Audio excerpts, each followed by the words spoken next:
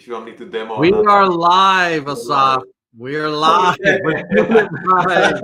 I just continued our pre-chat without Yeah, knowing that we're going live. Okay. all good, my friend. Well, we are back in the Fireside PM podcast, and I have a dear friend of mine, Assaf Riefer, who we worked together at Google.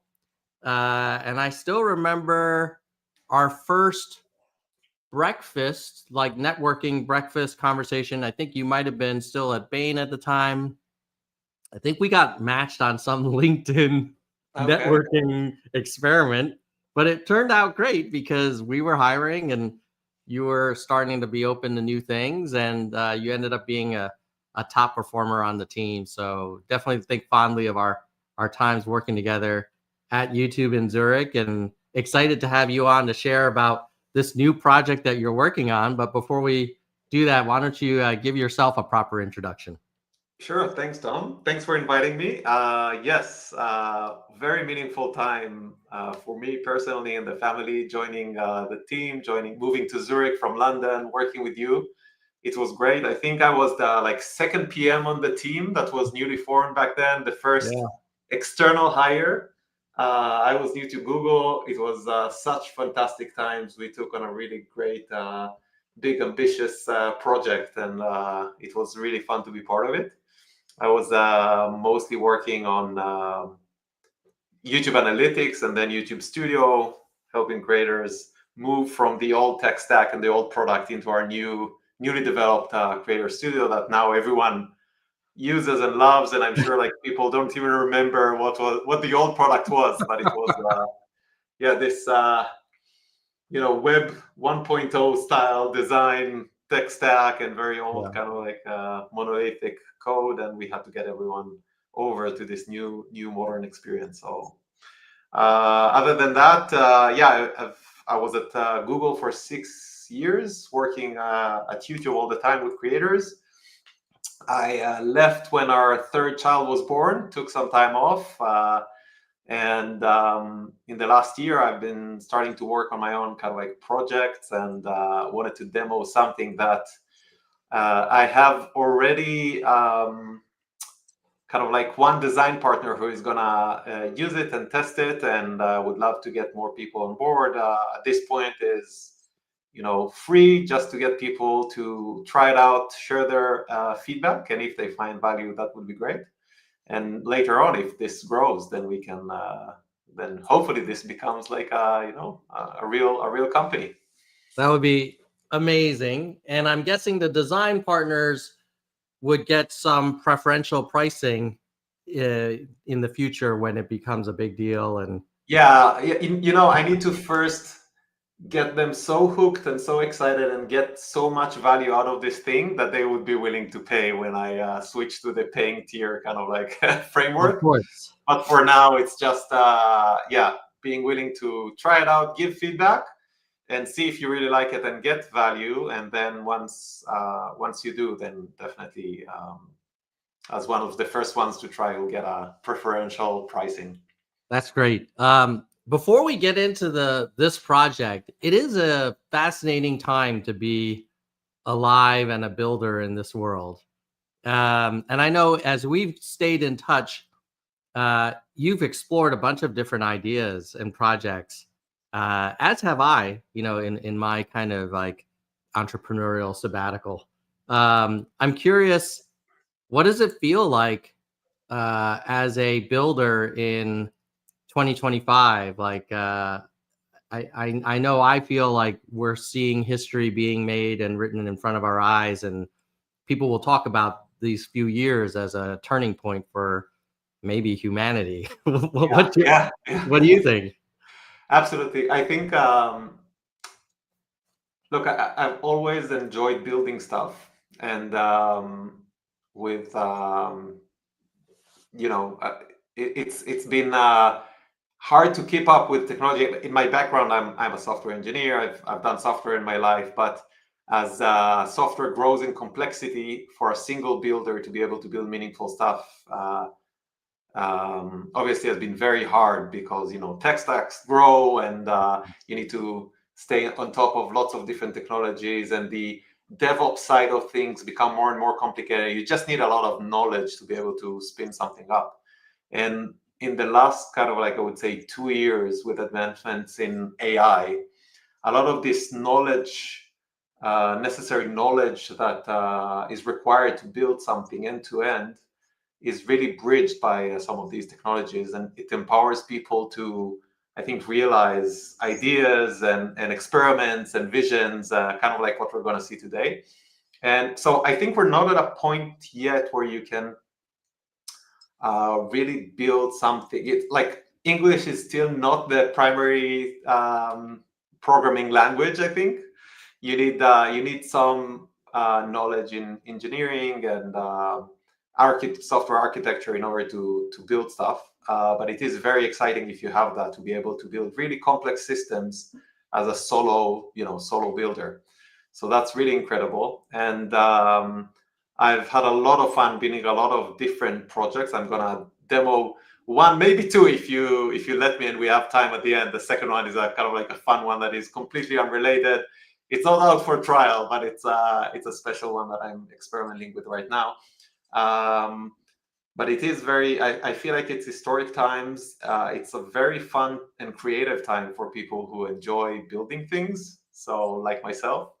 So if you're that kind of person and you haven't tried it out yet, I always tell people the best way to start is open ChatGPT or Gemini or whatever platform you're using. Tell it what you want to build and ask it how to build it, and it will respond with like probably 30 terms you don't understand, and you just go one by one. You ask it, explain this concept and explain that, and why do we do this, and what's the trade-offs, and gradually you will be able to close the gap very quickly and start building yourself if that's what you're into. It seems like such a monumental time in terms of the accessibility of technology to people. And it reminds me of maybe when there was a time where only certain people, let's say, were able to write Latin. Or in China, like people like the Mandarins would know all the 10,000 characters, and most of the common folks were not literate. And then it became more accessible language, and then all of a sudden you had all these books written and all these ideas and everything like that. And now I kind of feel like with technology it's similar, where it used to be restricted by a very small group that had certain technical capabilities as well as access to capital. And now you could be anywhere and build a successful product or service, maybe as a one-person show, in a way that 5 years ago may have taken 10, 12 people and a few $1 million or more in capital. And there could be sort of this Cambrian explosion of new products and services that are going to be available to people, and also at a reasonable price too. So it's amazing. Yeah, I agree. I think it's very exciting. And you just reminded me, since you talked about language and literature, I played this fun game with my older kids. I asked them what do they think the 5 greatest human inventions and technologies in history are. And they came up with they said electricity and artificial intelligence was up there for them. I added the print. I think that's definitely democratizing knowledge and literacy was a really big moment, and I feel like there are some analogies. I agree. I think it's a similar point in time for people to have access and be able to build stuff, and that democratization of technology and being able to build stuff is very exciting.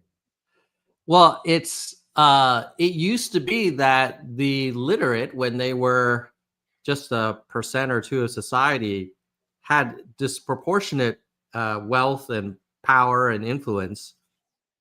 And you could argue there was something like that, and is to some extent today in the tech industry. like Silicon Valley is not a large percentage of America or the world, but it has like a lot of influence.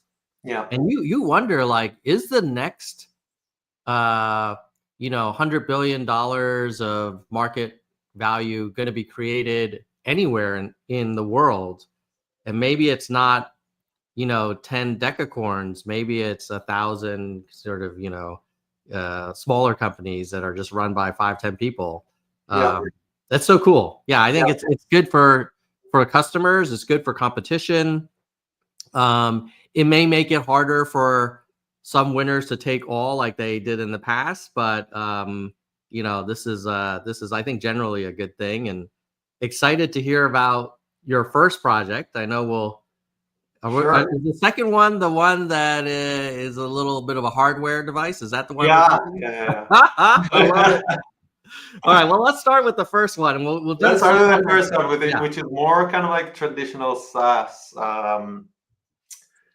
I would say that I think, I mean, we've talked so far about the impact of AI on making it more accessible for people to build stuff and maybe lowering the cost of products and technology.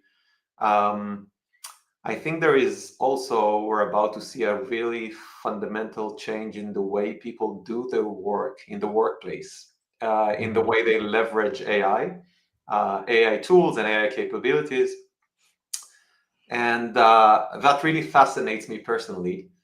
And I've been thinking, if I had, as a PM, what's kind of like the operational side of being a really good PM? You need to interact with pretty much every function in the organization. You need to talk to the sales department, the engineers, the people outside the org, like obviously your customers or potential customers. You want to get feedback from users, peer PMs when you're trying to coordinate the roadmap for the entire organization. So it's a really kind of like central point that needs to orchestrate a lot of communication channels, a lot of priorities. Obviously, being a PM is all about prioritizing. And that is kind of like the operational reality of being a PM in a standard PM role. And one of the challenges is to stay on top of everything and figuring out, okay, what do I need to deal with today? What are I have my OKRs, which is a slow moving thing. It may be like once a quarter or once a year that we change that. I have my high moving, high velocity kind of like channels, like feedback from paying customers that the API is degrading and everything is failing. And I have Jira tickets reporting that there are some issues, or maybe Zoom call with potential customers mentioning this competitor that is actually better in those 3 criteria than us. So trying to come up with the prioritized list of things to do each day, from critical to less critical, can really help PMs focus and accomplish more. And so far it's been, until kind of like prior to AI age, I think it's been impossible, and good PMs were able to keep this in their heads and do that prioritization mentally. And maybe with the help of, you had your scrapbook or your checklist or maybe a spreadsheet to your own tracker to keep track of what you need to work on. But I think now we should really leverage AI and try to see how AI can help with that. And so that's kind of like was the thinking and a challenge. And let me present what I came up with. Yeah, so if I were to play that back, what I heard was the traditional PM is this kind of air traffic controller hub of all of these different teams, this different information that comes in different formats with different priorities. And your job as a PM is to kind of figure out like, okay, well, what do I need to do next? What do I need to prioritize? What do I need to defer? And historically, that's largely been done by people we hire who we say, okay, yeah, they have the cognitive ability to suck in all this information, synthesize it, triage it in real time, and generally they do a decent job. It sounds like you're wondering, like, well, maybe we can help them do an even better job. Exactly. Is that fair? Yes. That's a good summary, and I think there are two layers to it. Your summary summarizes well the situation at the individual contributor level. Mhm. You're a PM, you need to stay on top of everything that's going on right now and keep your eyes on the ball and kind of like know what the North Star is, and make sure that everything progresses correctly. But there is another layer, which is managers of PMs. Like if you are a PM lead and you have a team of PMs, and you want to have that visibility across your team to be able to see what are the kind of like critical topics that my PMs care about, what jeopardizes our OKRs, etc. I think that's kind of like another layer that AI can really help with. So let me jump back. And I think the challenge is, and this is actually a product challenge, like there's a lot of noise, right? How do you build a product that helps you, dumps it down, keeps the focus on, and helps you focus on the key things? And so I don't know if you can see my shared screen. We can now. Nice. So this is it. This is the product. It's tentative name, the Issue Center. And what you have now is essentially you have this. Clearly, you're not a marketer. But yes. that'll be the internal name. It's called Issue Center. Okay. The Issue Center for now. Again, early stages, but the system connects to the PM's plethora of communication channels and places where the PM either gets information or stores information. It can be transcript, Zoom calls, Jira tickets, Slack. I'm actually my design partner is going to build everything on top of Microsoft 365 and Teams, so the system can integrate with that as well. But there are multiple integration. In this example, those are the three systems we integrated with. And so every Zoom call internally or with a customer gets transcribed, and the system ingests all the Jira tickets, all the Slack messages, etc. And then what you'll get is this alert view, which is currently empty because we haven't set any rules. So the first kind of like setup stage is to create rules that define what's important for you. So you have the rule name, and we're going to define some rules and let the system run in live, and hopefully nothing will break and you'll be able to see how it works. But in this example, we have some Zoom transcripts of people complaining, like customers or internal team members complaining about the product. We have some Jira tickets that are stale. We have a critical Jira ticket about API degrading, and we have some Slack messages about similar topics. So we can now create a couple of rules. Let's do, the first one will be a critical one about API degradation. Let's make this one critical. And the rule description is very important because that's what the system internally uses in order to match the way the system works. It basically takes all the input sources, takes all the rules, and for each rule, it tries to match the rule description to the input source and flags the alert if there is an alert. And so in this case, we can say, match this rule if there is a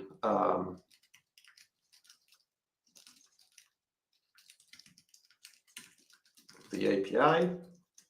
Match this rule if there's a degradation in performance of the API that is impacting our users. And because this rule description is very important, the way we write it, there is another step that is optional, but I'm going to keep it on for now, which we use AI here to evaluate the way we write the rule in order to improve that description. So we can create the rule. The AI rule description recommendation analyzes the way we wrote the rule, and it will help us make it a bit better. So this is an example. And it explains why it's better. Let's stick to the original and see if it works. One more thing. So this is kind of like a critical rule. let's create one more rule. Let's say stale Jira ticket. Let's keep this one low. And we say match this rule if a Jira ticket hasn't been touched for more than two weeks. Let's skip this, and let's do another one, which is let's say high priority.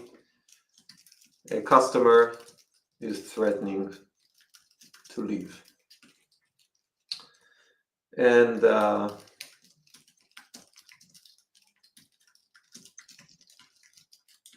match this rule if a customer is threatening, or let's say if they mention a competitor as better than us. Okay, I created those 3 rules. So this is kind of like a one-off setup that you need to do when you onboard. I think I should also have like a menu of kind of like make it easier, kind of like a default quick start, common issues, yeah, depending on which function you are in the organization. Because I think this system, by the way, is not limited to PMs. I think many different functions can help, can benefit, from the system. But a quick start would make this easy. But essentially, it's important to get this right and to occasionally maybe fine tune it as you go and as you learn. And with those rules, you can already see that the system detected, based on our inputs, detected the Jira ticket that reports on the API degradation. There's a Slack message that is related. You get an explanation for why this why this alert is triggered, and you can also click the view source and go to that Jira ticket to get a direct read of what's going on. I guess the pipeline is still running, so we haven't detected the high customer is threatening to leave. I assume it will come shortly. And then you have the low. This is a stale Jira ticket. So yeah, I noticed you declined to use the AI suggested rule logic. Is that because of worries about hallucination, or why didn't you accept it? I didn't read the AI recommendation in depth, but I was worried that if it's too narrow, it will not pick up on the the inputs that I defined here, which are by the way, those are kind of like mock inputs. They're not real. I created them, I formulated them. So I wanted to keep it broad intentionally to catch those events and show them here. And I also noticed that the high is not triggering. So maybe that's an example for where maybe the rule should have been written better in order to pick up that thing, or maybe the system just takes a bit of time for the pipeline to run. But that is the system at its kind of like core implementation. So the alternative of opening up Slack every morning and looking at 1 million channels and mentions is you would open up what I'll call PM Studio. Yeah. I love it. Yeah. You open up PM Studio and it'll have your prioritized things. Oh, there's the high. Here's the high. Yeah, it'll open up your prioritized things, and then I'm guessing you can train it. Like, what if you say, like, well, actually, maybe this did get flagged as high, but in this case, it's really medium. So I need to refine my rule a little bit. Is that something? Yeah, that's a great idea. That's a great idea. I think that's the kind of feedback I would love to get, from design partners. Obviously, there is another round of improvements, like the kind of like the quick start and that idea that you just mentioned, which is, okay, if I read this rule and I realize actually this Zoom transcript should not have been flagged as high, maybe I need to adjust the associated rule, or maybe I want to train the system to know that this should be marked as medium, and so maybe there should be like a vote up, vote down kind of button here. I'm trying to keep this simple Sure. for now. Yeah. And you know, there are the risk that, sorry. No, I was saying, yes, I get it. You're trying to keep it simple, and I'm about to brainstorm 100 ideas that you're going to thank me for and then not do. I get it. No. I think no. Yeah, possibly. I think this is still so bare bone that some basic functionality is missing. But you know, the enemy of good is great, and I think too many features is not Yes. necessarily better. Mhm. I think it's at a point where I'm ready to get feedback on it from design Yeah. partners. Yeah. So this is and to your question about whether this should replace Slack, you know, I think if done well and tuned well, and you get those rules right, it will not replace your Slack, but it will give you that peace of mind. You know, when you walk up, Mhm. wake up in the morning, go to the office, open this, start your day by looking at what are the new critical things I have here. Yes, Yes. these two are from yesterday. I know that I need to take care of them first thing in the morning. There is a new one here that I wasn't aware of. As you learn to trust it, I think trust is important. You want this to be complete and comprehensive, and make sure that in 99% of cases things don't fall through the cracks, because if you learn to trust it and then you stop checking your Slack and then you miss something important, that's not going to be good. But if you learn to trust it and you realize it gives you good coverage, you can definitely kind of like get a peace of mind, because you know that, you know, if you go here and you check your critical and high things, you cover the most important things for the day. So that's kind of like the intent. I love it. And I definitely have been in those scenarios where you're scrambling and then you're at a 10 a.m. meeting and someone says to you, maybe they're like quite senior in the org, says, "Oh, what do you think of this issue that came up this morning?" And you're like, "Oh, what? I didn't even know about that." Yeah. That's probably in like number 27 of all the Slack notifications I've gotten. Yeah. And I spent all my time on numbers 1 to 20, and they weren't actually the most important nor urgent. So yeah, I definitely could see why that could give a lot of PMs great peace of mind. Yeah. Or to give you kind of like a bit of a banter, if your PM director buzzes you in the middle of the day with something that is high priority for him, but is not really high priority critical for you, or the things you need to get done, it helps you. It helps you priorities, right? It can help Yeah. you prioritize. It can help you keep yourself focused on the critical things, and with those multiple interruptions and interrupts during the day, I think it for PMs, that kind of like focus is helpful. So for the MVP, I love it. I agree with you. Like, now's a great time to go to some early design partners, and it could add value on day one. For Oh, there's one more thing before you ask the question. Maybe I'm yeah. going to preempt it, but I wanted to mention. Don't want to forget. Obviously, there is kind of like questions about security and privacy of the data. Mm-hmm. So this is architected as a single tenant SaaS, so which means that this is installed in your premises, like your SaaS environment. If you're using Microsoft or Google Cloud or whatever, this is part of your kind of like cloud tenant. Mm-hmm. So nothing leaves the org. Obviously, this uses an LLM, but in most companies and enterprises, there is an agreement with, let's say, OpenAI that when they use the API key for that company, whatever goes through that key is not used for training. It doesn't stay with OpenAI.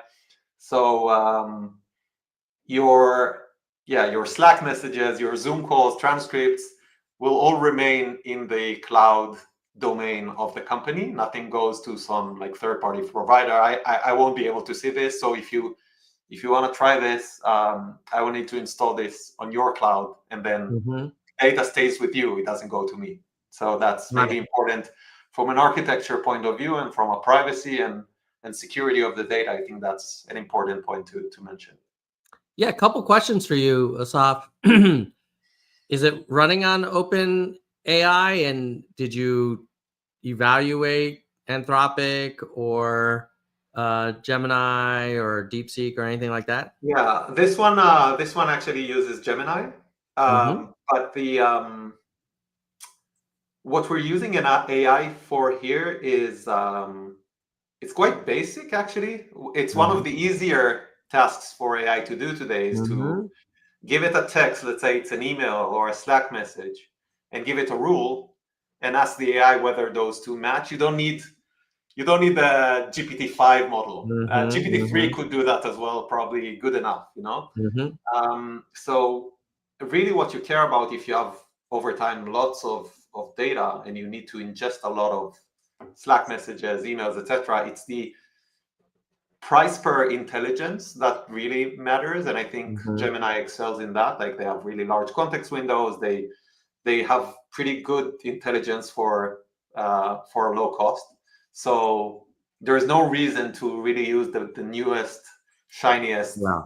model. What you really need is a cheap, quick model that can go through your data, ingest everything, and do it at a low cost. So that's why I chose Gemini. But you can switch between models in like changing 2 lines of code. So Yeah.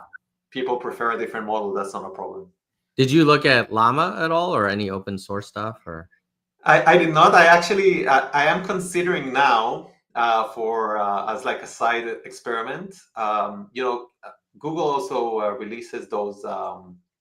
They're supposed to be on device. I think they call it Gamma or Gemma. Mm-hmm. Those are kind of like open source, open model that can run on a single machine. And so you could use this without if you deploy a machine that runs one of those models, you could run the model and keep all the information without making any API calls at all. Just run, deploy this on the client's cloud environment, allocate one machine to run the model locally, and then nothing goes into Gemini or Chat or OpenAI or anything. You just use the local model. But I definitely think that Llama should work as well, or any other Mm-hmm. open model, because again the requirements from an intelligence point of view are not very high. Yeah. Super cool. Maybe the other question is for V2, the notion of, hey, create a bunch of rules and then we'll run these rules on all the sources of information makes perfect sense as a way to start. I would imagine, given the art of PM, there are rules that we just know through intuition and muscle memory that we don't explicitly we can't explicitly write down like, oh, well, if it's from someone higher than me in the org chart, put that a little bit higher. Or maybe over time you notice, oh, whenever Tom, the PM, sees something about this competitor, he always acts on it very quickly. We're gonna recommend a rule. It's sort of like my iRobot vacuum cleaner, where it's like, oh, we notice this area of the house is a little more dirty. Do you want us to create a new clean zone for you? That's beyond what you had originally set when you set up the robot. Yeah. Is that something that you've thought about for future as well, or how do you kind of think about the kind of inferred rule creation? Yeah. I have to think about it, because then it requires this entire system exists within what you see here. There is this dashboard and this domain. It would be nice to have like a Chrome extension or something that allows you to, let's say, when you're on Slack and you see something that should be critical, in the context of Slack, to be able to click that and say, add this to my critical list, or kind of like train the system, even when you're outside the context of the system. Or you could see the stuff that I reply to or act on quickly as a signal that, okay, he tends to do respond to this person all the time, or he tends to jump in on threads that talk about this topic all the time. Yeah, no, that's a great point. I think that's an example for a signal that is inferred, right? If you I guess that's a next yeah, let's add it to the backlog. I get it. No, I think in terms of complexity, I think it's way more complex to get it right. And whenever you want to do something that is not explicitly set by the user and you get it wrong, there is a risk that you lose the trust of the user. And I think what you don't want to do is you don't want to pollute this. You want to keep the critical very very selective and critical, you know? Yeah. You don't want to let noise kind of like bubble up into the high and critical levels. So if it's not explicitly set, how easy it is to infer correctly what the implied complexity is. I'll have to think about it. It's interesting. I haven't thought about it, to be honest, but yeah, let me think about it. Yeah, for sure. Okay, let's say someone out there, there's actually 21 people in the live stream right now. Hi guys. Only true PM nerds would be. I did not. I told you when we in our pre-chat. I didn't realize it's gonna be live streamed. So I'm just thankful that the kids upstairs are not screaming and that. It's been great. The live noises don't feed into the stream. Yeah. Well, if there's anyone that I know can handle extemporaneous conversations, it's you, Assaf. So that's I didn't give you any heads up. But let's say one of the 21 people in the live stream now are like, I wouldn't mind trying this. Of course, they're going to need to reach out to you. But you also mentioned well, I'm going to have to install this in your cloud instance and I got to hook it up to all these things. My initial impression is oh, that sounds like complicated work. And then I'm going to have to get approval from a bunch of people. Tell me more about how you would envision the onboarding process to be. Yeah, so I'm, as I said, I have one design partner already, which I'm very excited about. And we're in this process of just about to install, actually, to deploy in their SaaS. So I do all the legwork before. I will chat with my goal is to make it as easiest as possible for the IT guys, because I know that this is the most limited resource in any company. So obviously, if you're a very small startup, maybe you don't have an IT department, you have someone who takes care of these things, and I can have a chat with them. If it's a slightly bigger company, and then I'll need a point of contact with your IT folks to understand what environment you're running on, agree on the deployment, and from there it's kind of like an hour of joint work for me and them. They have the admin access. I will share with them the deployment scripts, and they will then deploy it in their own cloud environment for the organization, and from there it should be straightforward. So it does require some IT involvement, but if you're a smaller startup, there may not be an IT department, and so someone that does it for you folks. Yeah, that is always the most kind of constrained resource. So I'm aware of that, and that's why I'm doing all the pre-work to make sure that the installation itself the deployment is seamless and easy.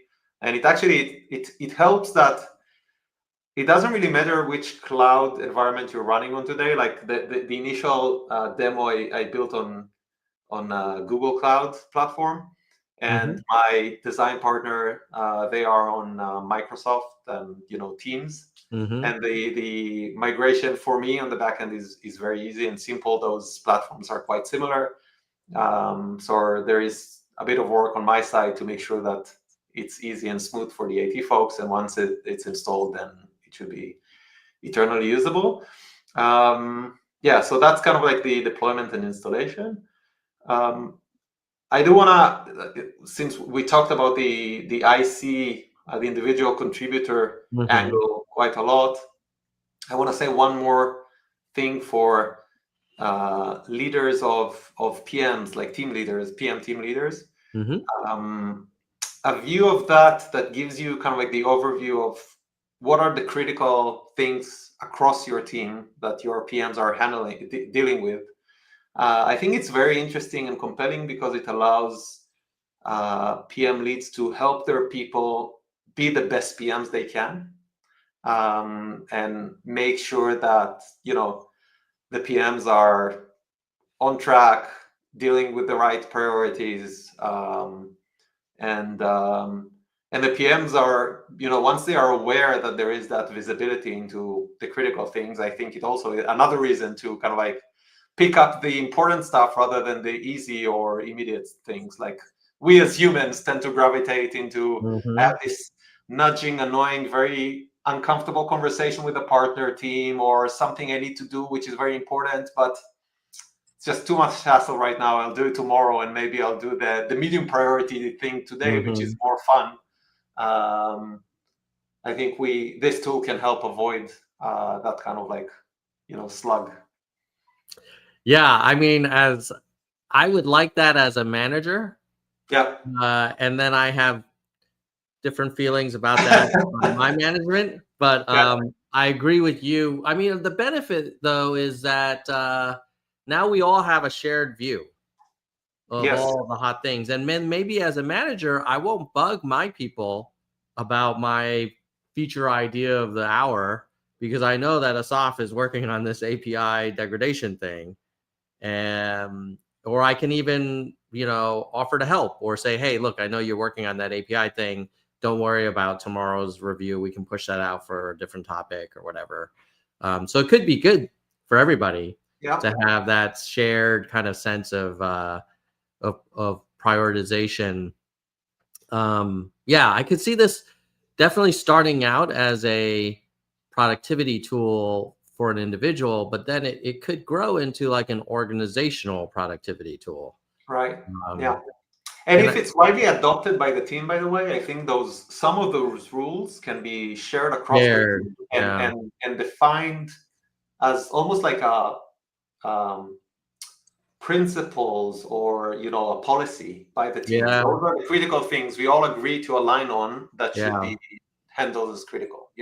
Our North Star is zero impact to customers, and so anything that impacts our customers we have to prioritize as critical. So that's an example. It could also kick off important conversations around there's a diversity of prioritization around the same thing. API degradation for some is critical, for some is high. What's going on? Those are like important strategic conversations that the team sometimes needs to align on, and this kind of like can force those conversations. I love it. And I'm imagining like the MVP of the MVP could just be, it could be useful even just for Slack alone. For companies that run on Slack, so much information gets shared within Slack that, and I'm guessing Slack, is it pretty easy to integrate with? I mean, I've seen like kinds of things. So Assaf, how do people reach out if they want to give this thing a try? Reach out. Can you share my LinkedIn details? Yeah, sure. Yeah, so we can do that through LinkedIn. Just hit me on LinkedIn. And now, do you allow direct messages from people you're not connected to? Are they able to? Yeah, that's a good question. Let me I'll confirm that right after this meeting. Okay. If not, maybe you put some email address in your LinkedIn description somewhere that says, hey, if you want to reach out. But I will put your it's basically Assaf Riefer, right? Yes, that's it. All right. Now you said there's in the labs of the Riefer lab. Like, what else is going on? You got something? One final thing. What was Jobs? One last thing. One last thing. I remember by the way, I remember when you interviewed for the role on my team, you talked about working on some hardware devices. So I feel like we've come full circle. This one's more consumer oriented. It's different type of device. Yes. I started my career working on hardware and embedded software devices. So hardware is close to my heart. And I'm gonna thank you for allowing me. I'm gonna run a quick demo. Hopefully it doesn't break, of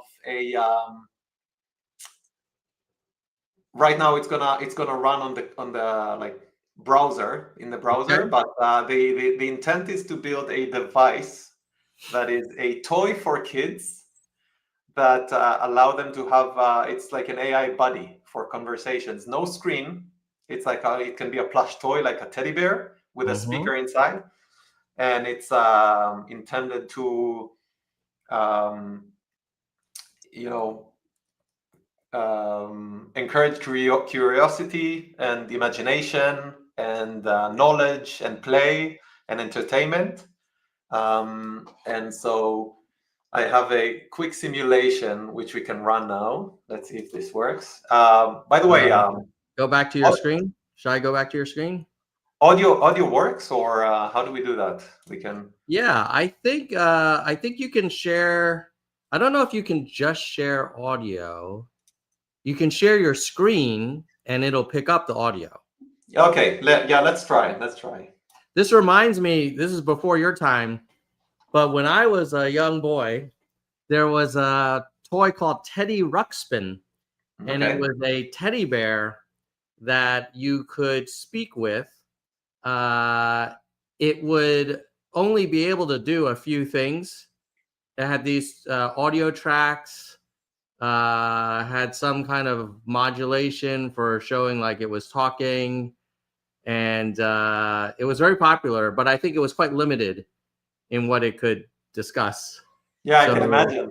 So imagine this with the power of AI and with the, I know, yeah. And there were lines of people trying to buy Teddy Ruxpins. Like, it was incredible. Yeah. And all it could do is like maybe tell you a story or something. You know? Yeah. Obviously, I mean, the obvious concerns for parents is parental control. How do we make sure that this doesn't derail, etc. So yeah, like how? What if it goes in some weird dark direction? Yeah. So I'm testing this right now. I'm testing this, and I actually had my middle son. He had a play day today. Okay. And I gave that without asking permission from the parents. I asked the child to play with this, and he started. That's the last time they're coming to your house. So I'm gonna demo this soon, but it's a very kind of like, it leads the conversation. It gives the child options, and it asks them what they want to talk about, and the child wanted to do this kind of like a story, an adventure story. So we. The system started telling him that he goes into the forest and he sees a cute little squirrel, and then it asks the boy, what would you like to talk to the squirrel, or would you like to stroke the squirrel? And the child said, I want to eat the squirrel. And I was like, oh my God, what's gonna happen next? Yeah. And thankfully the device responded with like, oh, that's not a very nice thing. Let's try to do something kinder to the squirrel. So, there are some guardrails that are in place, and you want to make sure that, it keeps the child, prevents the child from doing or talking about things that are not educational. Well, Assaf, if you ever need like red team testers, I have 2 teenage boys that I would love to challenge them to make your thing go bad. And they would see jailbreak the device.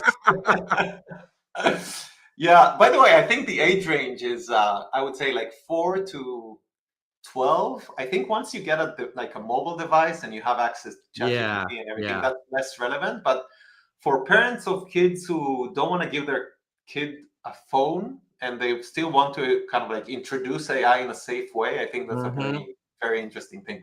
So we can sign in. Let's see if this works. I'll stop sharing your screen in case you need to type anything. Okay. No, I think it. Are we good? Yeah. Yeah, okay. We're good. Yeah. Okay.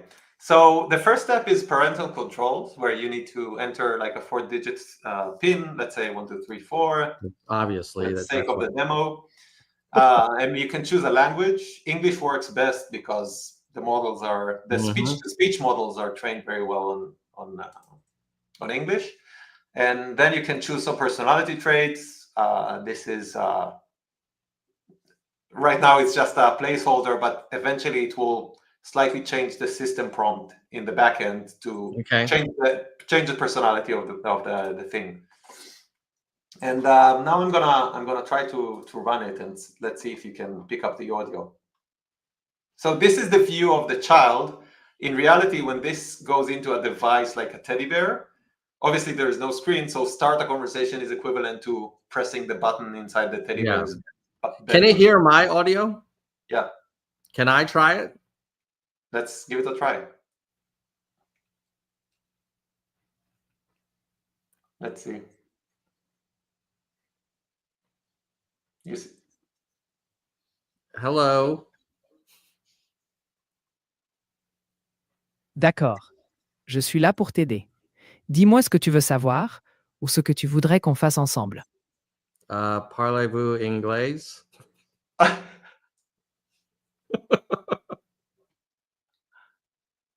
English, please. I'm not sure you can pick up your... Bien sûr. Let's do this again. This time I will try to talk because I'm not sure you can, because it's playing from the speaker. I actually there might be a delay or no. I added logic to mute the mic whenever the speaker is talking, so there is no like feedback issues. I see. All right, so, we'll do it with your demo. Should I? Let me see if I can maybe delete. But I do think we had selected English. Yeah, but I think I said something or you said something that it misinterpreted. Obviously, there's still work. It's not there yet. But let's see. Let's try. You know it's a real demo when it doesn't work. So this is. But then you'll have to be quiet, huh? When we start, you can share my screen. It's fine. Okay. Okay.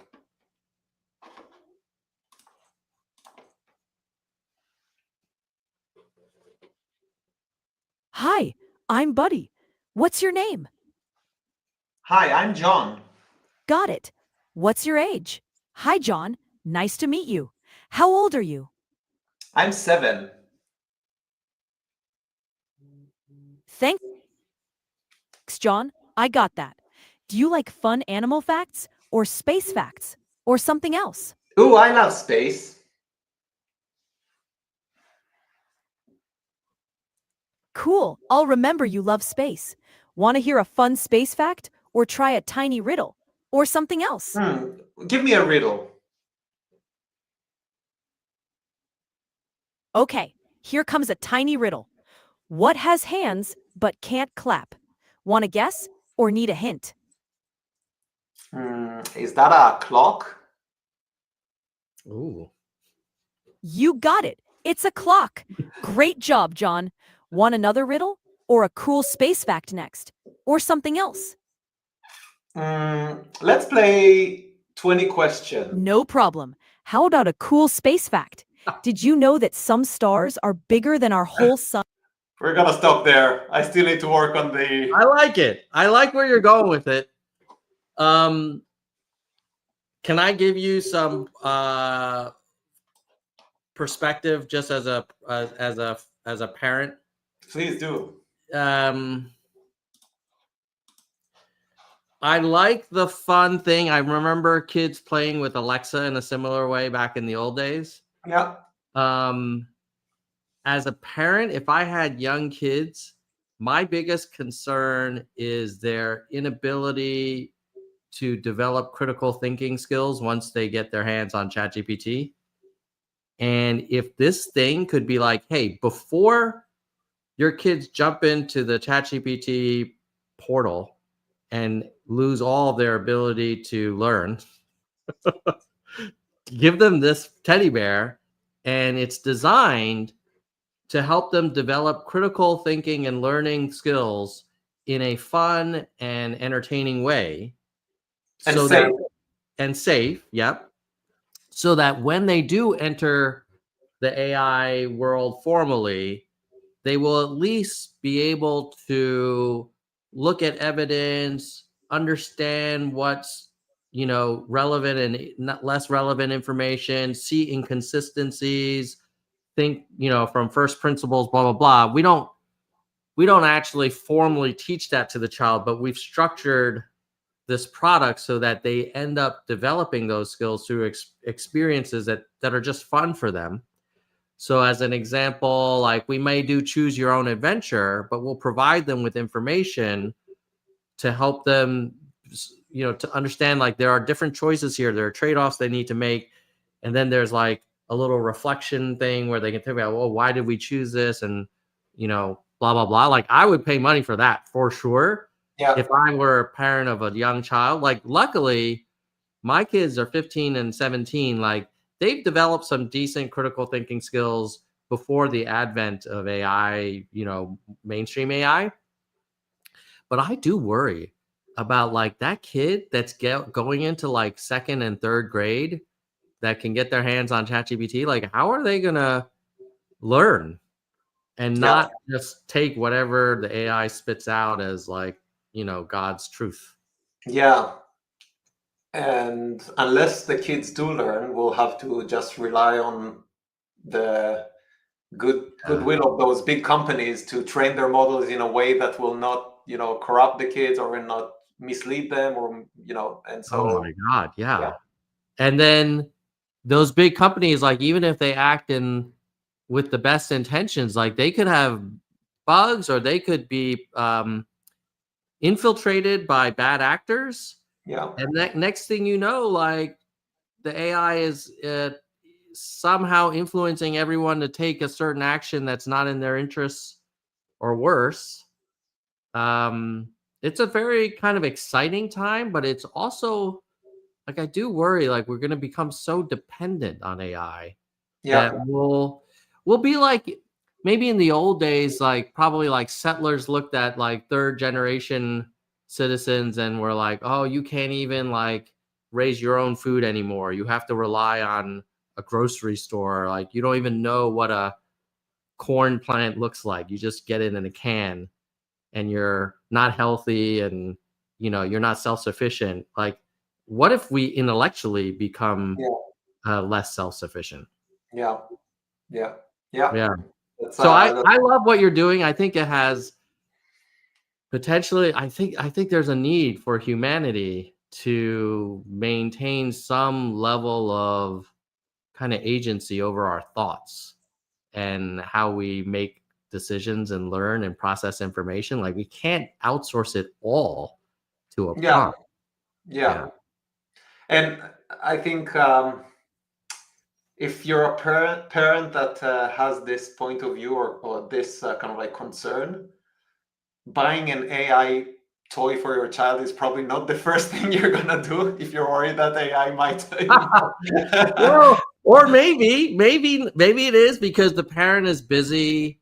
Parent is doing all kinds of things, and if the alternative is like your kid's gonna be watching, you know, TikTok or something, like that doesn't sound good either. Exactly. I think I believe that if I build this system in a, you know, safe way and give parents enough visibility and control over what their child is doing with this, I think it's good to introduce kids to this, because actually it's a technology that can help children learn and be curious.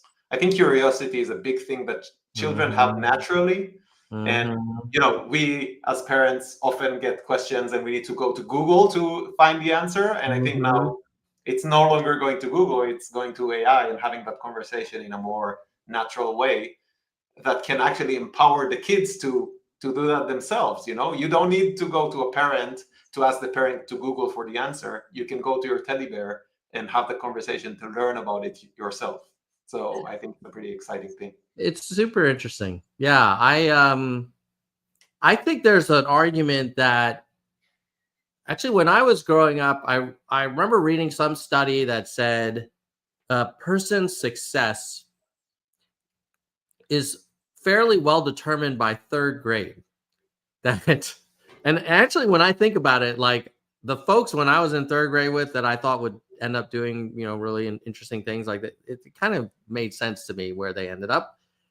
And like your device, if it could really help people develop and expand their sense of curiosity and critical thinking, might have more impact on the individual than where they go to university, when they're 18. Yeah. And I worry a little bit that in the age of AI, we might lose a sense of curiosity the same way now a lot of us have lost a love for like the outdoors. Yeah. Everything's just delivered to you and everything's on your phone or whatever. And like I had my nieces over and I was like, hey, let's go for a hike. And they were just looking at me like, what are you talking about? I would go on. I'll be like, look, you can see the trees and the mountains. And they're like, we can see that from our phone. And I'm just like, oh my gosh, like, what are we turning into? Yeah. They probably think I'm some kind of old fashioned dude, but either way, Yeah. I'm so glad that we were able to catch up. And now there's 25 live audience, but there were no chats. There are no questions. So Okay. they're soaking it up, but not a lot of questions, which is fine. If you're watching this on replay, I'll also post a text summary on my Substack, firesidepm.substack. And then if you want to try out the Issue Center /PM Studio, hit up Assaf. You can find him on LinkedIn. And if you can't get in touch with him, reach out to me. I'm very accessible, and I'll connect you with Assaf. Could make your life a lot easier. You could be more successful in your role. Your team will be more successful, and life will be very relaxing as a PM. Wouldn't that be great? Thanks a lot, Tom. Hey, can I do a quick carve out? Yeah, sure. I watched recently a documentary film on YouTube called Listers. And it's a couple of dudes, filmmakers, who decided to take on the big year, which in the birding community is a year where you try to spot the most species of birds in North America, as you can, in 1 year. And they're not bird watchers. And so they dive head into this like subculture of extreme bird watchers in America. And it's extremely entertaining if you're into this kind of like documentary fringe culture. I'm not a bird lover, but after watching this, I kind of like pay more attention to birds, and I also learned something about the one of many subcultures of North America that are out there. So Listers, it's called. Listers, Listers. Yeah. Listers. Oh, a glimpse into extreme bird watching. Yes, that's it. So you can add this to your Substack if you want. Yeah. Great high quality YouTube content. And, it's one of those things where you look at the comments and people say, I cannot believe this website is for free. This is kind of like... Love it. Yeah. Love it. Well, thank you for the recommendation, Assaf. Good luck with both projects. I like them both. They're super exciting. And for different ways. The first one, I think, just generates a lot of enterprise value. The second one, I actually think there's like a great societal need for early childhood education that was always important, but I think is even more important now, given how easy it will be for kids to just take shortcuts and not really learn the fundamentals of critical thinking. And that has implications for society and government and democracy. So keep up the great work, and maybe we'll have you back on in a month or two to give us an update on the project, and we can kind of follow the journey. I would love that. Thanks a lot, Tom. Take care, Assaf. Bye, buddy. Bye.